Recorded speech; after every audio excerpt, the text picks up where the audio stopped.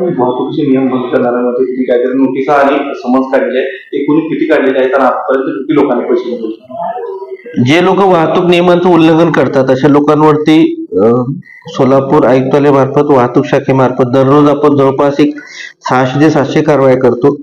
पण लोकांचा दंड भरण्याचं प्रमाण खूप कमी आहे. त्याच्यामुळे एक लोक अदालतचं आपण आयोजन करत असतो.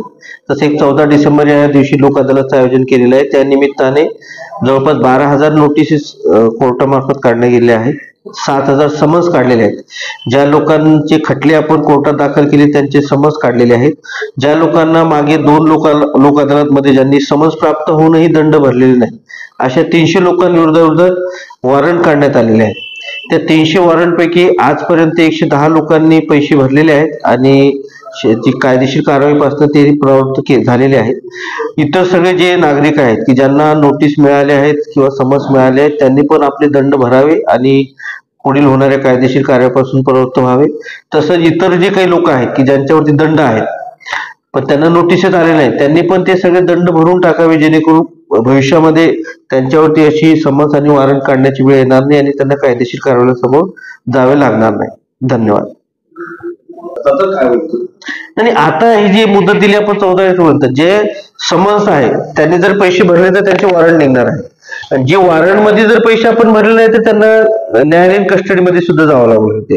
आपल्या या महिन्याच्या नोव्हेंबरच्या 2-3 तारखेला 3 लोकांनी वॉरंटचे पैसे भरले नाही तर त्यांना कस्टडी सुद्धा झालेली आहे. त्याचे वॉरंट निघाल्यानंतर त्यांना कंपल्सरी पैसे भरावे लागतात. समन्स लिहिल्यानंतर कायदेशीर अवधी मिळू शकतो, पण या कायदेशीर कारवाई समोर गेल्यापेक्षा दंड भरणे खूप सोयीचं आहे. त्याच्यामुळे आपण कुठेही ज्या ठिकाणी ट्रॅफिक कर्मचारी आपल्याला दिसेल तिथे आपण तो दंड भरू शकता. तो कुठेही भरू शकतो आपण. म्हणजे सोलापूरचा दंड असेल, आपण इतर शहरामध्ये असाल तिथे सुद्धा तिथल्या ट्रॅफिक कर्मचाऱ्याकडे आपण तो दंड भरू शकतो आणि इथे ट्रॅफिक ऑफिसमध्ये येऊन सुद्धा आपण दंड भरू शकता. त्याच्यामुळे पुढील होणारी कायदेशीर कारवाई टाळायची असेल तर आपण सगळ्यांनी तो दंड भरणं गरजेचं आहे. वाहतुकीचे नियम उल्लंघन करण्यासाठी काय आव्हान करायचं? आव्हान हेच आहे की नियम सगळ्यांना माहित आहे. आजही मोठ्या प्रमाणात आपण फॅन्सी नंबर प्लेट वरती कारवाई करतोय, मॉडिफाय सायलेन्सर वरती कारवाई करतोय, ट्रिपल सीट वरती कारवाई करतोय, मोबाईल टॉकिंग वरती कारवाई करतोय. हे नियम सगळ्या जनतेला माहितच आहेत, पण त्याचं अंमलबजावणी मात्र होत नाही. त्याच्यामुळे ही दंडाची आकारणी करावी लागते आणि जे दंडाची आकारणी होते त्याचे प्रूफ आपल्याकडे आहे, त्याचे फोटोज आपल्याकडे आहेत. कोणावरही विनाकारण आपण कारवाई करत नाही आणि कोणावर जर चुकीची कारवाई झाली तर तुम्ही तसं अप्लिकेशन एसीपी ऑफिसला करू शकता. जर चुकीचा दंड असेल तर तो दंड रद्द करण्याची सुद्धा तरतूद या कायद्यामध्ये आहे.